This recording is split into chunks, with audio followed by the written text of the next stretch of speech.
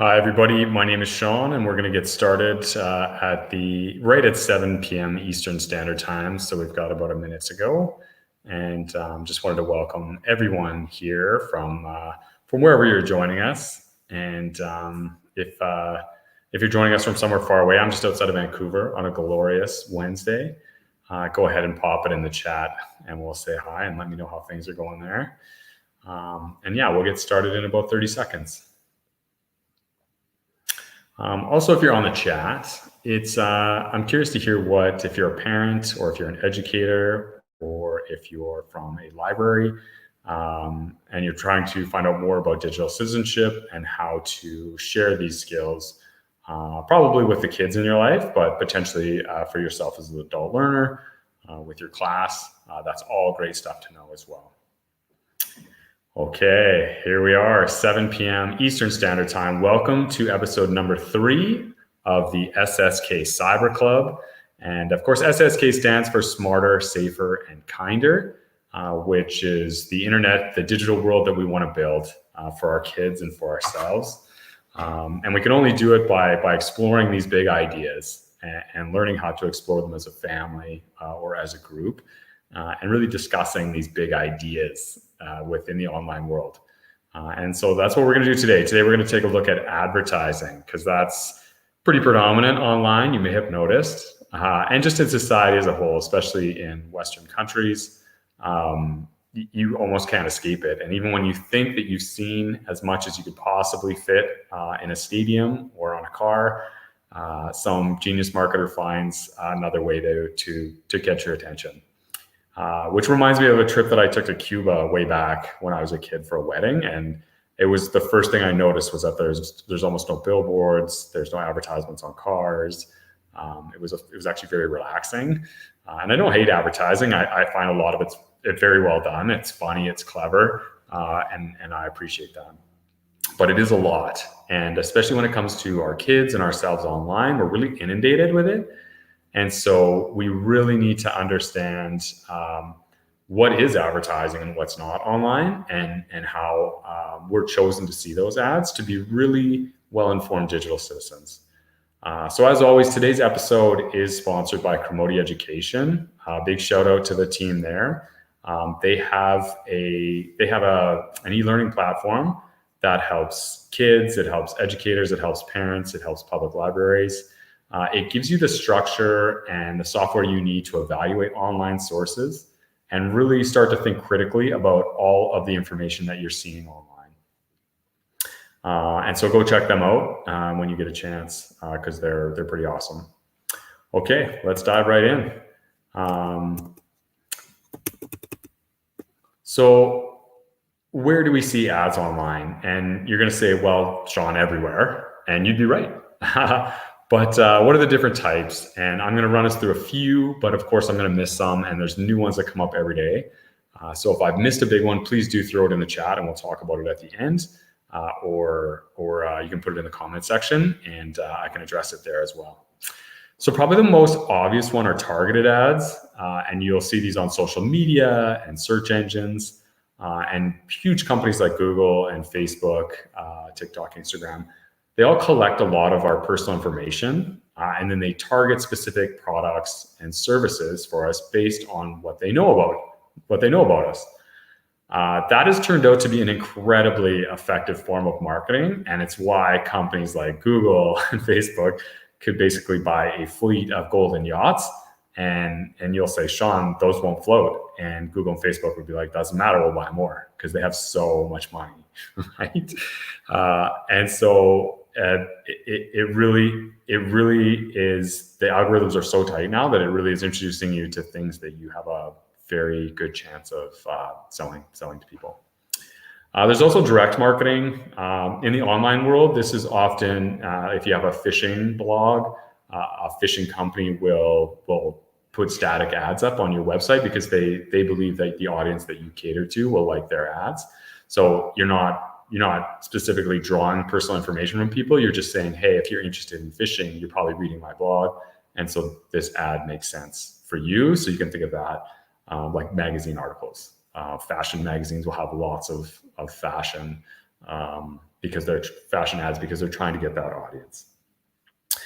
Product placement is becoming very pronounced, obviously in movies and TV, but also online. There's lots of influencers on social media, and they may not be explicitly selling something, but they might be wearing something or listening to something that they want, that they've been paid to show you that they're listening to. Because when someone you think the world of is wearing certain headphones or certain clothes, we often want to emulate them, and that especially goes for the kids in our lives. And so that's one way that people online can make a significant amount of money. And then of course there's affiliate marketing. You're going to see that all the time, especially on like, I always think of like food websites, like recipes. They're going to have specific products that are built in. You can only make these muffins with premium gold flour, like that kind of thing. And so they'll also have a link for people to be able to buy that. And when you click on it, of course, there's a referral fee that goes back to the creator of that content. And so you'll see that all the time with like people who rank video games or rank sports equipment or anything. They'll have links for you to be able to just go ahead and buy it, and they get a little bit of commission on it, which again can be a very nice way to make a couple bucks for creators out there. This is maybe not so much the online world, but obviously advertisers are experimenting a lot with location marketing. And so your phone knows where you are at all times. And if you're walking by a Subway, you'll get a text or an ad that says, hey, it's probably time for a soggy sub that you haven't had in a long time. And if you're in the mood, then that worked really well. And so there's a lot of issues with that. And obviously you have to opt in for a lot of those, but obviously it could be very powerful for marketers if they can make it work. So we can kind of ask ourselves, why is advertising everywhere? So it's incredibly effective and it's incredibly profitable. So when Facebook was trying to figure out how to make money, they decided to give away a fun tool for users for free. So that's social media, something you can share with friends, all these cool features. It was addictive, right? Like we loved it. And they said in exchange for all that, we're going to harvest as much personal information as possible about you. And we're going to sell your attention to advertisers who could really, really super duper target their ads to exactly who they think would want them on social media. And that has been wildly profitable for them and wildly successful for advertisers. And it's easy. There's lots of data they can pull. It really has resulted in these massive media companies where they're selling your content and your attention to advertisers. And so that's a great rule of thumb for being online. So if an online tool is free, there is a very good chance then you are what's being sold. And that takes us down a fascinating road about privacy, but that's very complicated. And so we'll get into that in more detail at another episode. So that's a big one for further down the line. And another reason why advertising is everywhere is that we've really knocked down the barrier to entry for a lot of things to sell. So if you think of like books and art and music, there used to be so much money that you'd have to invest in distribution and creating books and creating CDs and these things. And that really doesn't exist anymore. And it's amazing. It's great. Like anyone can have a worldwide audience for their products often, or their music or their art with the click of a button. And so that's great. But now there's this race for your attention because you can have it out there very easily. But now you're competing with the millions of other people that can also have their stuff out there very easily.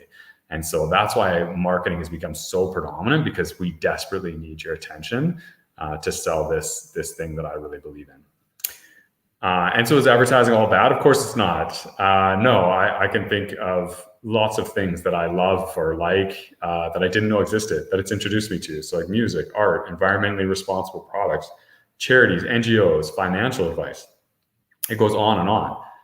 We just need to learn how to understand everything that is advertising, because some of it is a bit of a gray area, or it's kind of sneaky, and work on some strategies to understand how it affects us and how we can take a break from it if we need it. And so that leads us into the meat of this episode, which is, okay, we know there's a lot of advertising out there. We know it works incredibly well. And we know our kids are spending a tremendous amount of time online. So how do we start to explore advertising online with our kids and with our students? And so instead of just consuming advertising nonstop throughout the day, we need to start thinking critically about all of it to become strong digital citizens. And this is one of the best exercises that you can do because it's a lot of fun. So what you can do with kids is you can say, pretend to be the CEO for a day of a digital company, and start to explore the best way to use advertising to put yourself in a position to reach your customers. Then you can explore who your target audience is and the myriad of ways you can reach them online. No doubt your kids will know about some, but there's a good chance that they'll be surprised by some as well. And so when they're on the other side of the equation and they're looking for ways to reach people, they're going to start to realize all the ways that these companies really do connect with their target audience. And I have no doubt that they will find some that they'll be surprised by. The adults probably will too. And what's even better is this is obviously entrepreneurship as well. So you can teach them about building a business, you can even do business plans. You can talk about your target audience, how to reach them. There's some financial literacy in there. And really, it's exciting for kids, right? You're building something, even if you don't have an actual product. Excellent for group work, excellent for building a brand. It just tends to be a lot of fun. And a way that you can start is by saying, okay, what's something that you purchased today or in the last week, and how did you find out about that product or service? And really start to trace back, and then they can either come up with their own ideas, their own art, or their own music. Or they can mimic that product that they liked enough to purchase in the last week. And what's really cool about this exercise is that this isn't a one and done kind of thing. You should do this every year, if not more, because things are going to change marketing wise. And every time you do this, you're going to learn more about business. You're going to learn more about financial literacy. You're going to just be more confident in the business world. And for kids, they might really enjoy it. It might be something they really gravitate toward. Another exercise to do with kids is to say, hey, who's like one of your favorite online celebrities? And maybe that's a YouTube star, maybe it's an Instagram star, who knows? But there's a very good chance as an adult, you may not know this person at all. But they're probably making a lot of money. And it's interesting to talk to your kids to say, okay, what do they do? How do they make this money? How do they generate revenue? And actually explore it, look into it, dive into it. Because I think you'll be fascinated at all the revenue streams that they have. And I think, again, your kids will start to understand that they like this person's content, whether it's funny or enjoyable. But they're going to understand that, okay, well, when they wear that watch, they're being paid to do that. Or when they give a shout out to this in one of their songs, one of the rap songs or what have you, that's a paid promotion. So again, it's just being a much more well-informed digital citizen. And of course, big shout out to Cromoti. Every time you do an analysis with Cromoti, it does talk about advertising as well. So every time you're using that app, your kids are getting more inquiry questions, more questions that they need to be exploring and thinking about. So that they can be much stronger digital citizens. And once asking those questions about advertising become habit, that's it turning into a skill. And now that's going to serve them years down the line, which is the real power. That's the real meat we want, is to turn these into foundational skills, which Cromoti can help you do. So that's advertising in a nutshell. Please do feel free to leave any comments that you have here, or you can email the team at Cromoti and they can pass it along to me, and I'd be happy to answer you directly or maybe on their social media. You can always hit them up on Twitter or go visit their website. Our second segment is the current events. And I always try to highlight really positive things, because this conversation around digital citizenship and just being online can be really negative, right? And so I do believe tech is awesome. I think we just need to understand it a lot better and understand how it affects us a lot more, so that we can have maybe better online offline balance, and just be much more educated so that we can protect ourselves from the bad stuff that is out there. So I saw this article this week, and it was all about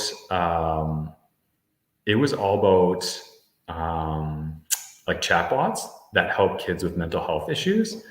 And the reason that they exist is because the health industry is so overloaded that that they need something to just touch base with someone who's having a panic attack, or someone who's really experiencing something intense. And sometimes you have to wait to get a hold of someone, and that's not good. And I thought about it, and I wondered too if chatbots might even be more attractive to some kids, because even knowing it was a robot, and there's no doubt that human contact and that human connection is much stronger than any chatbot. I don't think that will ever change.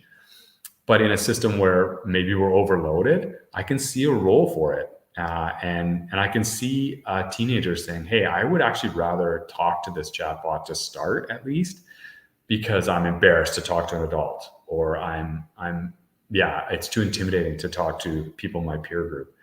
To just touch base and have it available right away, 24/7. I think there could be some tremendous value in that. And if they can get it right, that could be an incredible tool to help people to get help when they need it, and maybe relieve some stress on all of the healthcare programs that we have. So pretty cool. Check it out. And then finally, we always answer a question from one of our viewers. And we had a question last episode from someone on Twitter. And our last episode was on confirmation bias, which is a very big topic, very complex. And this person asked, hey, when we're discussing confirmation bias with our kids, how do we do it when it's so hard for adults to even understand?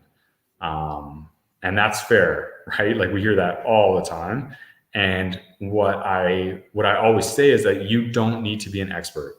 It's really about exploring these ideas with your kids, asking really strong questions, and facilitating with them. So facilitate that learning so that you're both learning new things, and you can discuss what you think of the information you find, probably online, probably using the Komodo app to evaluate it, right? You can always be exploring with them. Don't be intimidated by things you don't feel like you have a firm grasp of. Those ones are probably the most important to talk to your kids about. So step up and don't be intimidated. No expertise required. Just to jump in and explore with it and make mistakes. Let them see the mistakes are fine. You move on. That's part of the process.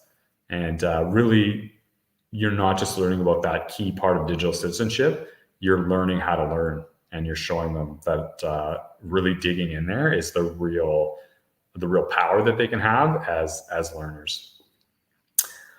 All right, everybody.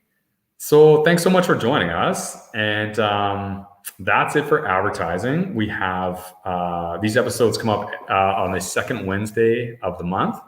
So the next one will be in June. And I look forward to seeing you then. Any questions you have, as always, just send them through the team at Komodo, and I'll be happy to answer them on our next episode. So have a wonderful month, and I will talk to you soon. Thanks, everybody.